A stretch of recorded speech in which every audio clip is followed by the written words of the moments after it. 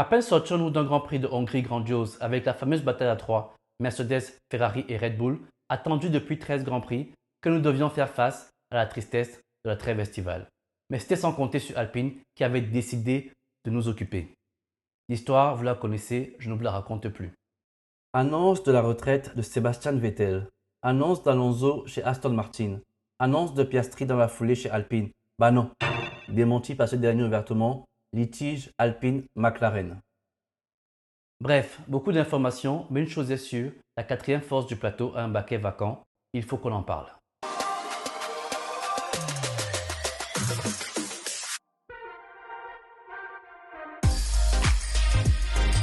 Finger Pilote. Comment en est-on arrivé là? Il est difficile d'évoquer la vacance de ce second baquet d'Alpine sans décrypter brièvement comment Alpine s'est mise dans cette situation. Durant les 30 jours derniers, on a attendu tout et son contraire. Finger Pilote analyse tout ça. Les amis, vous êtes toujours nombreux à regarder les vidéos sur la chaîne sans vous abonner. Le bouton rouge, ça permet de soutenir la chaîne, ça nous donne plus de visibilité et surtout de la force. Opération 1000 abonnés dans quelques semaines, je compte sur toi, n'hésite plus. Place au film Alpine, David contre Goliath. Oscar Piastri est un pilote australien comme Daniel Ricciardo, né en avril 2001 à Melbourne en Australie, et membre de l'Alpine Academy comme Zhou ou le néo-champion de Formule 3 Victor Martins. Depuis 2 ans, il est managé par Mark Webber, illustre pilote australien faisant partie du raid de 4 championnats consécutifs de Red Bull aux côtés de Vettel. Piastri est le seul pilote à avoir gagné successivement la Formula Renault Eurocup, la FIA F3 et la FIA F2. Voilà, merci, au revoir. Donc on ne présente plus la pépite, un talent rare âgé de 21 ans. Une petite idée de ceux qui ont fait le doublé F3 et F2 en étant rookie comme Piastri: Hamilton, Leclerc, Russell. Des pilotes bien loin d'être dégueux pour ne pas dire le contraire. Donc, sans être un gage de réussite en Formule 1, ça vous situe le potentiel du jeune Oscar et les espoirs que Alpine place en lui. Eh ben, parce que c'est la Formule 1. Et si la Formule 1 était logique et claire, Lewis Hamilton serait 8 fois champion du monde à l'heure actuelle. Je risque de me mettre à dos tous les fans de Max Verstappen. Les amis, je rigole, revenez. Mais si vous voulez partir, n'oubliez pas de liker la vidéo, un petit commentaire, mais surtout, abonnez-vous. Mais plus sérieusement, les temps autour et le talent ne sont pas les seules choses qui définissent un baquet en Formule 1. Il y a aussi une histoire de timing. Piastri est champion de Formule 2 en 2021 et le champion de F2 n'a plus le droit de défendre son titre la saison suivante. Malheureusement pour Piastri, au sein d'Alpine, Fernando Alonso et Esteban Ocon font un travail extraordinaire. Le classement constructeur en témoigne. Piastri était donc contraint à un poste de 3e pilote pour la saison 2022 au sein d'Alpine, malgré qu'il ait prouvé qu'il méritait largement sa place. Les due lois du mercato malheureusement. Il n'y a rien de plus dangereux que d'errer en Formule 1 et de ne pas rouler. La Formule 1 a la mémoire très courte et s'il ne réagit pas, on va l'oublier. Ainsi Weber commence à faire jouer de ses contacts pour trouver une place pour son plein pour la saison 2023. Alpine, quant à elle, est actuellement satisfaite du niveau de Ocon et le sécurise jusqu'en 2024. Quant à Alonso, vieillissant mais toujours aussi fort, il demande également un contrat pluriannuel garanti. Vous comprenez donc, Alpine a coincé entre deux chaises comme on le dit si vulgairement. Alpine essaie de jouer sur 2 plateaux. Plateau Piastri, on essaie de négocier un contrat. Plateau Alonso, on lui propose un contrat de 1+1 avec un rabais salarial. Et on lui fait comprendre que s'il n'est pas content, on a Piastri prêt à le remplacer. Le pauvre intérimaire. Ceci nous a conduit au bureau de reconnaissance des contrats, CRB, pour vérifier de McLaren ou Alpine qui roulera avec Oscar Piastri. Le 2 septembre, le bureau de reconnaissance des contrats valide le contrat McLaren en mentionnant qu'en fait, Piastri n'avait pas de contrat avec Alpine en 2023. On apprendra donc que Piastri avait signé chez McLaren le 4 juillet et que Otmar, le directeur de Alpine, le savait lorsqu'il a annoncé la promotion de Piastri. Il voulait certainement mettre un coup de pression à Oscar et le prendre par les sentiments.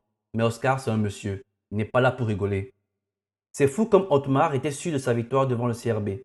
Soit il n'avait pas toutes les cartes en main et a fait confiance aveuglément à ce qu'on lui avait dit, soit il est d'un optimisme ridicule.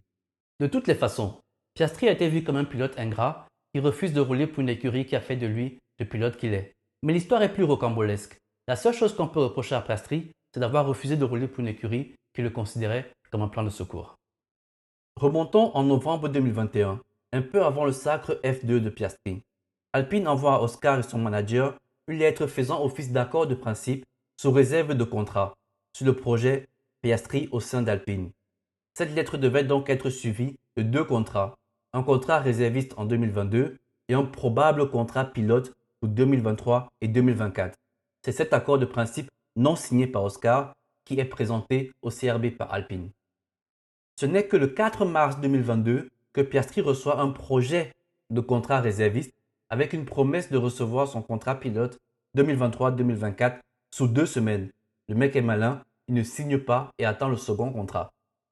Le 15 mars, il reçoit le contrat officiel de réserviste F1 2022 et aucune précision pour 2023 et 2024. Au moins, il a son contrat pour le premier Grand Prix de la saison le 20 mars, mais rien pour la suite. Ce n'est que le 19 mai que Piastri a reçu une proposition de signer un contrat de 4 ans, de 2023 à 2026, avec un agenda bien particulier. 2023-2024 chez Williams, si Fernando Alonso décide de piloter encore en 2024 chez Alpine. Mais à partir de 2025, il intégrerait Alpine et roulerait également en 2026. De novembre 2021 au 19 mai 2022, pour avoir vu son avenir dépendant de Fernando Alonso, Oscar ne signe donc pas le contrat. Alpine aura pris 7 mois pour réfléchir sur l'avenir de son pilote star. Il n'est peut-être pas si star que ça pour eux, ou bien Alonso est bien plus important. Pour remettre l'église au centre du village, Otmar est annoncé directeur général d'Alpine F1 en février 2022. Donc il n'était pas là en novembre lorsque les négociations ont commencé avec le camp Piastri. Alpine, plus particulièrement Otmar, se retrouve donc des dons de la farce. Lui qui avait un choix de riche entre le vétéran surdoué Alonso et le meilleur pilote de sa génération en la personne de Piastri. Alpine, qui n'a pas contesté la décision du CRB, doit prendre son portefeuille et payer les honoraires de McLaren et son caddie pour aller faire ses courses pour chercher son prochain pilote pour la saison suivante. Mais que reste-t-il? Mick Schumacher, le pote d'Ocon, c'est le choix numéro 1 d'Esteban et il ne le cache pas. Haas ne semble pas pressé de prolonger Schumacher, qu'il juge instable dans les résultats. De plus, Mick s'est également séparé de l'académie Ferrari qui a son mot à dire sur le second baquet Haas. Donc, l'arrivée de Mick Schumacher chez Alpine semble très compliquée, tout comme son maintien chez Haas. Daniel Ricciardo, c'est reprendre son ex qui t'a quitté. Qui aime faire ça? Il est indéniable que le premier passage de Ricciardo chez Alpine a été une réussite totale. Il connaît l'équipe, il a très bien travaillé avec Esteban et il a performé à un niveau stratosphérique en 2020. Mais est-ce que tu signes la version premium de Ricciardo 2020 ou la version porteur d'eau de Norris 2022? C'est un très gros pari que Alpine devrait prendre en essayant de relancer Ricciardo. Ce n'est pas sur cette chaîne qu'on présentera Latifi comme favori au baquet Alpine. On ne fait pas dans l'humour ici. Il nous reste donc Gasly. Tous les regards de la France sont tournés vers leur pilote. Pilote confirmé qui a presque toujours évolué dans le midfield. Il s'est imposé parmi les meilleurs du milieu de plateau. On ne présente plus ses 2 dernières saisons chez AlphaTauri, avec la victoire en prime à Monza en 2020. Accélère, accélère. Un jeu de pilote français dans une écurie française. C'est tellement poétique. On ne demande qu'un stylo pour signer au pied du contrat. Sauf que, en termes marketing, avoir 2 pilotes français, c'est faire la cour 2 fois au même public. Plutôt 3 fois, vu que Alpine est également française. Donc, pas le top. Bien que Gasly permettrait de redorer le blason d'une écurie blessée, la présence d'Alpine en Formule 1, c'est aussi pour vendre des bolides, pas seulement français. Et puis, les Français ont-ils suffisamment de cœur pour supporter les 2 pilotes? Si l'un des deux outperforme l'autre, que se passera-t-il? Serait-ce la fin de l'un des deux en Formule 1? Dites-moi ce que vous en pensez en commentaire. La poésie de cette union n'est pas si simple. Quand on sait qu'Ocon et Gasly, ce n'est pas l'amour foufou depuis le karting. Ils sont même bien loin d'aller en vacances ensemble. Mais je ne doute pas de leur professionnalisme en cas de cohabitation. C'est bien beau de rêver, mais n'oublions pas que Gasly est dans un contrat béton avec Red Bull jusqu'en fin 2023, donc il va falloir le casser. Marco, qui gère les pilotes Red Bull, est largement ouvert à la négociation. La première contrepartie était que la FIA offre une dérogation sur la licence F1 de Colton Herta, pilote américain d'IndyCar. L'admettre en F1 avec un déficit de 8 points sur sa licence. Bon, on va pas se mentir, Colton est talentueux, mais ce move de Marco est 70% marketing et pose une sérieuse question sur l'existence même des filières jeunes pilotes. Finalement, sentant que la FIA n'allait pas mordre, Marco continue à faire ses recherches. Trouver un remplaçant est la condition indispensable pour voir Gasly chez Alpine. Eh bien, Alpine va faire les choses à l'ancienne. On loue un circuit, Budapest en l'occurrence, très technique mais qui donne la part belle au pilotage. On sort du placard une ancienne Formule 1. On appelle tous les challengers, on vous donne un temps limité pour nous convaincre. Que le meilleur gagne. Qui sont ces challengers? Nick De Vries. Je pense qu'on a plus de rumeurs de Nick en F1 aujourd'hui qu'après son titre de Formule 2 en 2019. Mais comment rester insensible à cela? Après avoir gagné son titre en Formule électrique en 2021, on l'a vu apparaître de temps en temps dans les essais libres chez Mercedes et ses clients. N'oublions pas qu'il est managé par Toto Wolff. Ceci explique cela. Et quand une appendicite empêcha Albon de tenir sa place à Monza, il saisit la chance de sa vie et score de gros points pour Williams. Gros, ce n'est que 2 points en substance, mais pour Williams, cela représente le tiers de leur total de points. Et donc, bien évidemment, 2 points de plus que le célèbre Gutifi cette saison. Ça vous situe la perte.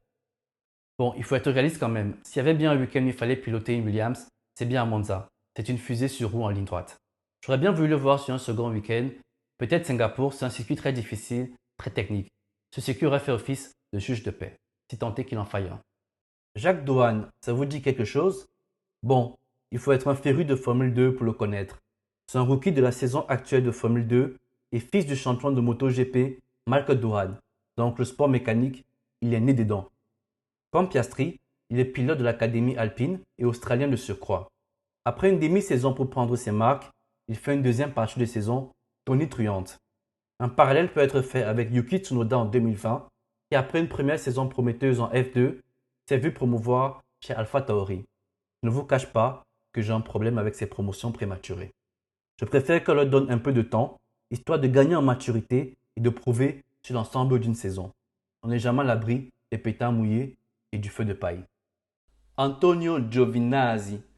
J'ai dit son nom, donc on peut passer au pilote suivant.